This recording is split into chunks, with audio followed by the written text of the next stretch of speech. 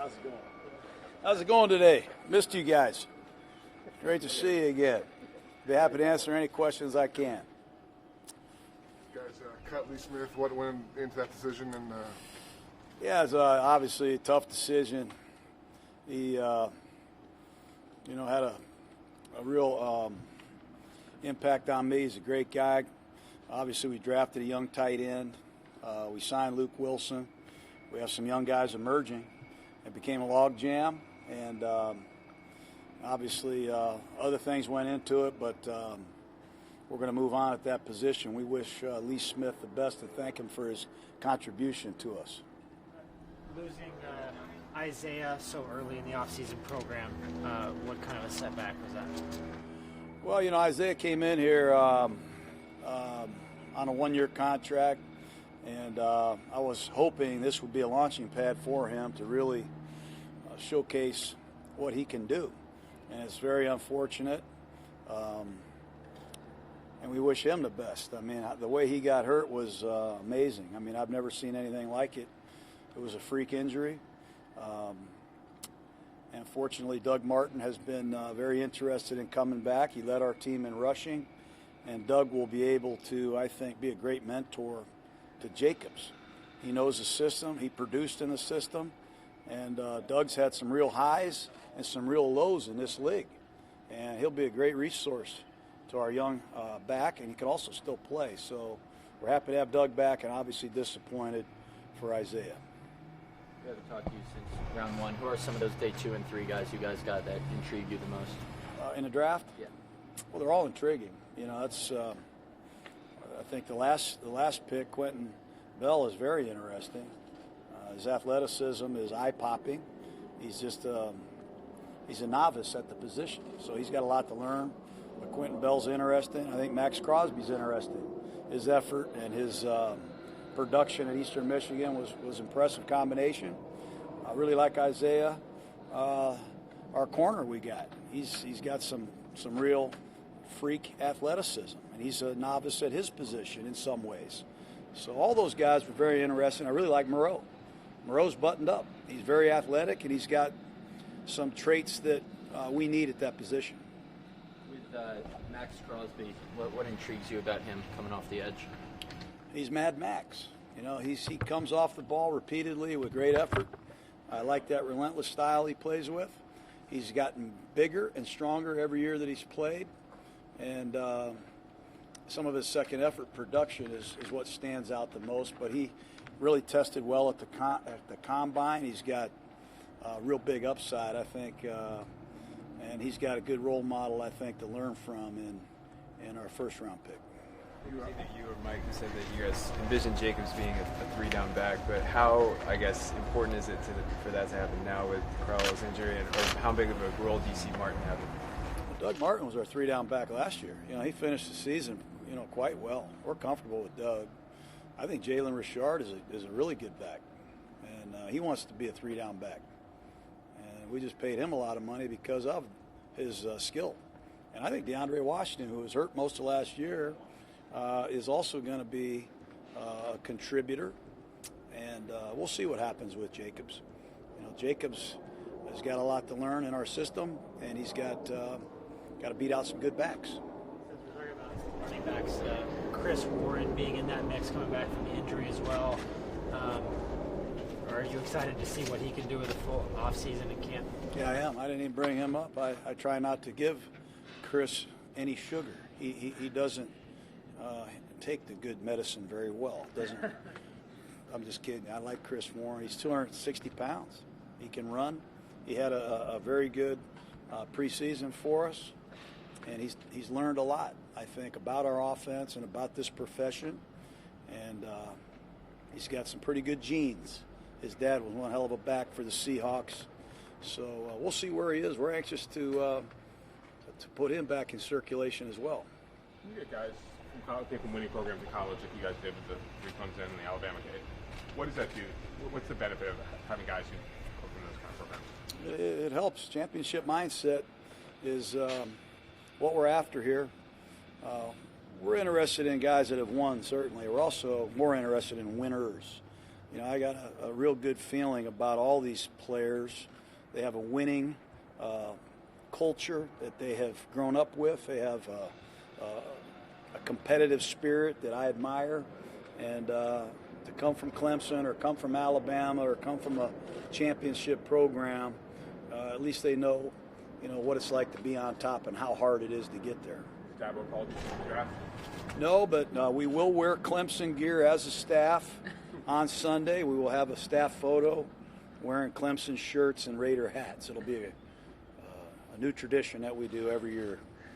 I got to say this, Clemson, you got to watch all their tape because they're the best team in college football, and they got a lot of good players at every position. And some of their underclassmen will keep us wearing that orange color next year, I hope, because they are loaded. What do you like about Renfrow specifically, and what does he have to? I mean, he's coming into a pretty loaded position group. What does he have to do to improve himself? I like Renfrow because he's productive. He plays his best football in big moments. He's instinctive. He's got a lot of natural qualities that are hard to find. And the big thing for Hunter is he needs to understand we're going to move Antonio Brown around a lot. And if we move Brown a lot, that means he's got to be able to move around and do a lot of things, not just line up in the slot and be a slot every single down. He's going to have to move to the right, to the left, inside, outside, go in motion, do it all. And that's something we're going to have to find out as we move on. You guys decided not to exercise the fifth-year option on Carl Joseph? Yes, we did. And, that's a big story for some people, but that does not mean that we don't want Carl with us this year and in the future.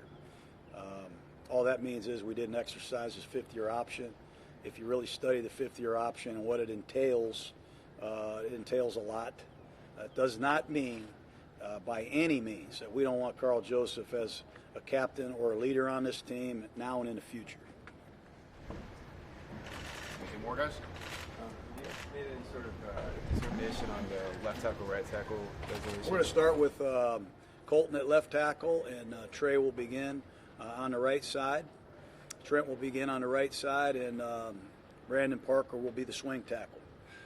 And we like that as a launching pad for us. Trent played very well at right tackle for San Francisco, played left tackle very well for New England, gives us some versatility, and that's how we're going to start the show, yes. Will Gabe stay on the right side? Or will he Yes, move Gabe will stay on the right, and the door's wide open at left guard, and we're going to continue to look at players that can come in and compete at that position.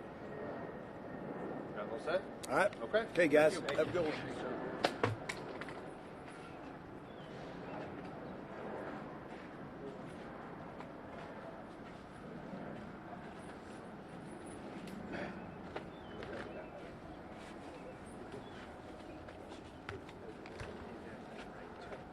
Guys, questions for Clelin? Since we last talked to you, you guys added a couple more Clemson guys. What are you guys getting in Hunter and Trayvon? First off, I feel like you're just getting workers, guys that are about the right things, and guys that can't have any detrimental size to a team, man. So, but obviously, talented-wise, Hunter, you're getting a big play receiver, someone who can run every route, someone who's going to be in the right spot, and someone who knows how to get separation and make the big play.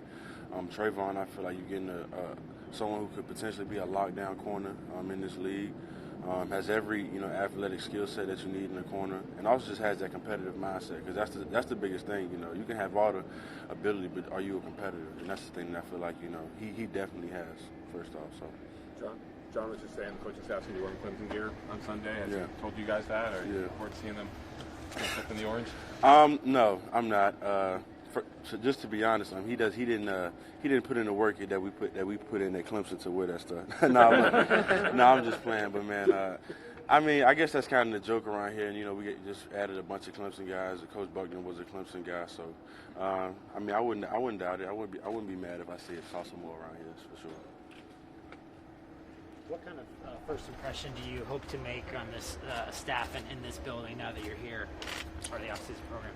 Just that I'm a worker, man, and just the play is gonna come with itself, but I just want to earn the respect of my teammates. That's the biggest thing. There's so much going on around, because you're a rookie, don't know much. everything is just new. It's a whole new situation, whole new playbook, whole new teammates, everything. So just come in with the right mindset, right attitude, work hard, and just earn the respect of my teammates, the biggest thing. Anything else, guys? What is sort of the last week been like? Just kind of getting oriented around here and sort of meeting people, that kind of thing. Oh, it's been good, man. It's been really, really good. Obviously, just meeting everybody, just coming in, trying to get situated, just as far as the rookie minicamp, just trying to learn how to be an Oakland Raider, trying to learn the playbook, trying to figure out what the living situation is going to be for the season and this upcoming off season, just with the summer coming up. So it's been a little bit hectic, but it's just a transition. I'm not in college anymore. A lot of stuff I got to do on my own. So just trying to learn how to really just be self-sufficient for sure. Have you interacted with any of the returning players or veterans? Yeah, I've talked to a couple different guys. I won't say who they I don't know if they like me yet. So I don't want to say their name. I don't know if they like me yet. But man, it's been good. Everybody's been open arms. Just trying to easy with giving out knowledge, things like that. Man, it's been really, really good. So I'm excited. Can't wait to meet the rest of the team, man, and just finish out strong with this minicamp for sure. Many would say that you're the prototypical defensive end. What do you think about a guy, 7th round draft pick Quinn, who was a wide receiver, then makes the switch to defensive end and still gets drafted? I mean, I feel like it just shows the potential. He's a guy who obviously had to make a transition from wide receiver to DN, but has all the physical assets that you want in a player that could play this position. And the thing about him is that he's a hard worker. Just meeting Quentin, just being around him in the facility, just seeing his yesterday, and even we had a visit. We came on a visit together, and just talking to him, just trying to get to know him a little bit. Really, really good dude and about the right stuff. He's from California, right up north, right? So, I feel like he's gonna have a bright future, especially he just keeps working and doesn't let the outside. Do you even imagine a receiver making that transition to a position that you Nah, played? Nah, it's tough. It's tough because receivers, they out there on air. It's the physicality is more so going against a cornerback. You can be physical, but you're not. It's different when you're down there with them big hogs down there. You know what I mean? Every single play is just that. You know what I mean? So, but I feel like he got the right mindset for it. He played it in college, so he obviously played well. He wouldn't be here, so I'm excited for it.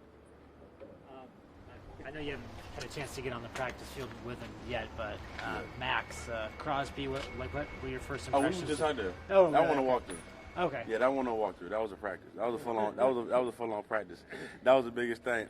Obviously, we're new to this whole thing, so I'll just say we got a lot to learn. But it was a good first day, man. We just trying to absorb everything, trying to learn as much as we can, just trying to take in everything. And Coach Buckner's done a great job, but Maxx is someone who's going to be really good too, man. As long as he just puts his head down and go to work and take it all in. It's going to be good days and bad days. None of them are going to be perfect. We just got to accept that. So, just come back, come with the right mindset every day. He's going to be fine. All right. Thank you, guys. Perfect. Thank you very much. Thanks,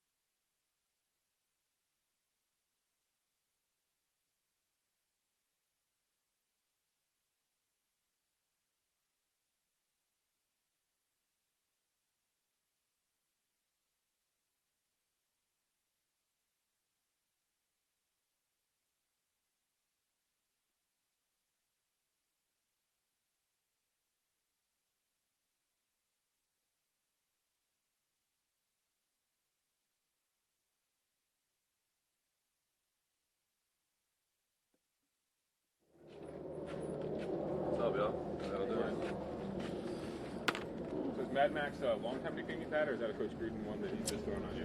I've heard it a few times in college, but yeah, I think he kind of made it a little bit bigger, so I guess we're just rolling with it. Yeah. Still carry a chip on your shoulder from getting one offer out of high school at EMU, even though you're in the NFL now? Definitely. That's a part of my game that I really, take serious is playing, super hard and having that chip on my shoulder. I feel like I always have something to prove. So, every time I get on the field, I'm always busting it. What's it been like just kind of getting into the flow here, as you start Minicamp and everything like that? Is it still a whirlwind, or what's the experience been like? It's definitely new, doing different techniques, learning the new scheme. I played in a 4-2-5 and they run a 4-3, so, it's kind of similar, but, new techniques and all that, it'll take a little bit of time to just get adjusted and, get the movements down. The help coming in with a couple of other rookie defensive linemen, you guys sort of go through this process together and sort of learn with each other? Yeah, for sure. I met Clelin at the combine, and we've been buddies ever since. So it was kind of awesome. Once I got that call, and I knew Clelin was here already, so it made it a lot easier. And Quinn's a good kid too, so we're just coming in and trying to soak up everything. A lot of attention on you. You had only 13 sacks last year. There's a lot of attention on you guys sort of coming in to help fix that. Do you feel that burden or pressure on it? I wouldn't say pressure. It's still football at the end of the day, and we play D ends. We're playing defensive end, and we're supposed to get sacked. So, that's why they pay us. So, I just got to get out to the quarterback, and same with everybody else on the D line. Have you been able to meet Gruden yet? You may have told us that you two were going to get really close. Oh yeah, for sure. I've already talked to him a few times, and the whole strength staff. So I can't wait to get after it. Is there a weight that they want you at, that they told you they want you at, or is it at this point, or is it still a process? No, they haven't. They haven't set an exact weight. So they just want me to get stronger. So I don't think weight's the biggest issue. I'm around 255 right now. So. I just got to keep getting stronger, and I got all summer to do that, and I'm going to do everything I can to make that happen.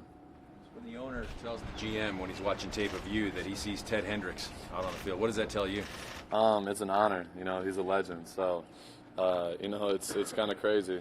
Just seeing all the feedback and stuff has been mostly positive, and just the fans here in Oakland are die hard. So.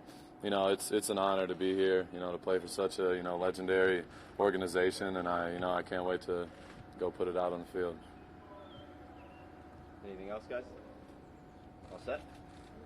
Thank you. Thank you.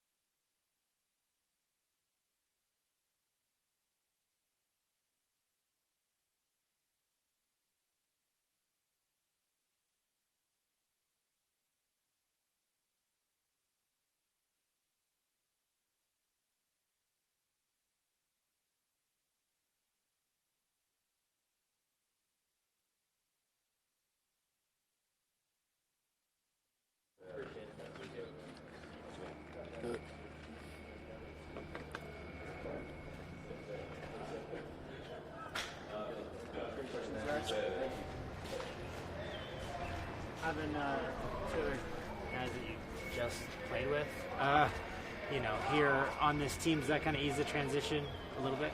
Yeah, I think for me, being with two guys that I'm familiar and comfortable with, having relationships with them already, still have to build relationships with other guys on the team, but just having two guys that I can kind of hang around and just stay close with, and then branch off with other guys, that's kind of was a big deal. John was saying Coach Staff's going to wear Clemson gear on Sunday. Excited to see him dressed up in the orange? Or? Yeah, that'd be good. Sure, we got a lot of the best players from out of Clemson, so that'd be big.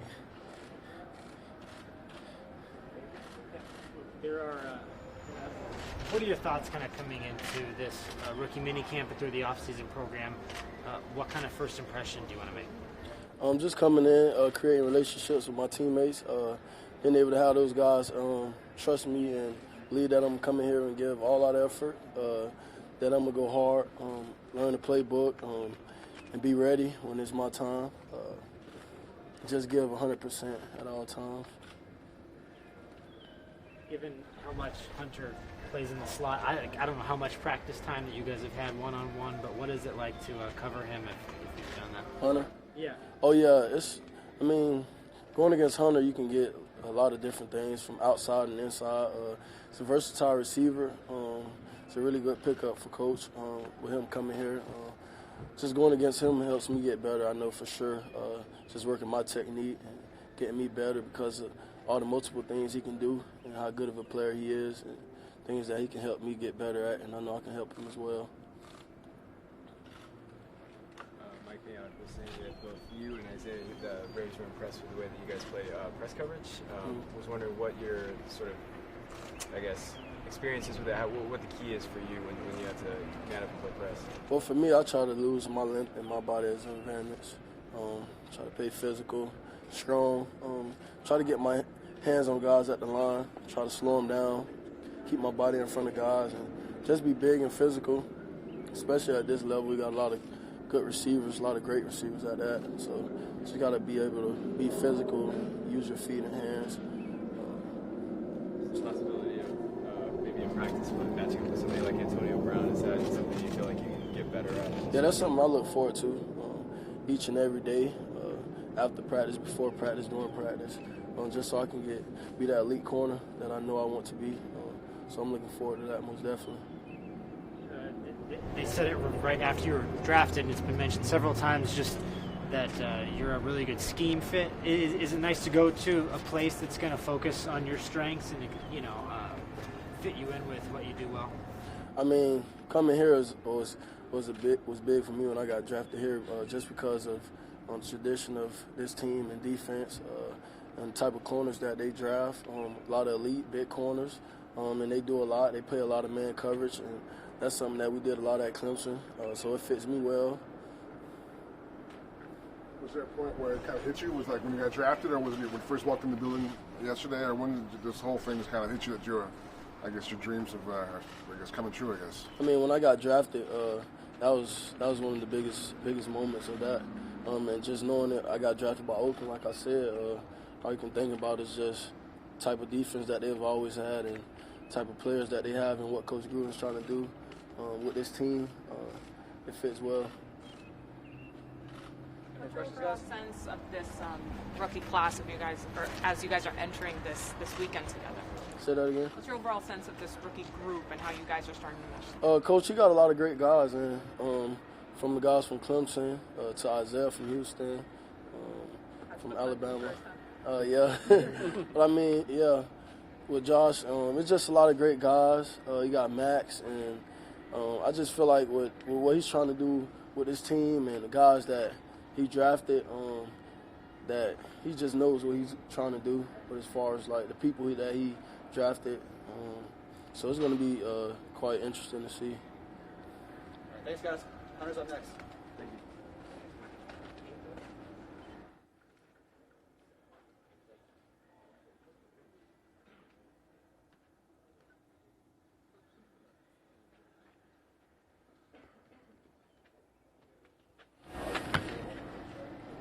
All right, guys. Hunter Renfrow. Open up for questions. No questions. Hunter, you played mostly the slot at Clemson. Obviously, you're joining a position group that the Raiders have added a couple of receivers that's fairly loaded. What has John told you about where you might be playing if you're going to be moving around? Yeah. I mean, obviously, when you have great receivers, then you want to get them the ball. And so we have Antonio Brown, Tyrell Williams we just got. And so just being able to get them the ball as much as possible and me just factoring around them. And so if one of them wants to come to the slot and I have to go outside, or if they go outside and I have to go in the slot. Kind of my whole thing is I'm a receiver. I'm not a slot receiver. I'm not an outside receiver. I'm just a receiver. And so it's kind of like playing in the backyard. You're just expected to go catch a football. And that's kind of the mentality that I have. So. Hunter, what goes through your mind when you think about being able to be in a room with Antonio Brown, Ferrell Williams, and learning from that caliber of it? So coming from Clemson, we had Sammy Watkins, DeAndre Hopkins, all those great receivers, Mike Williams, Adam Humphries, just a plethora of guys that you could learn from. And so it's no different here coming here. And while they were some of the best in college, I felt like the receivers we have here are some of the best in the NFL. And so just being able to learn the game within the game, the details, just what makes them so special is going to be fun for me to learn. Were the lines of communication open between guys who had already turned pro, so you kind of had an idea of what to expect from the pre-draft process, and now that you're here?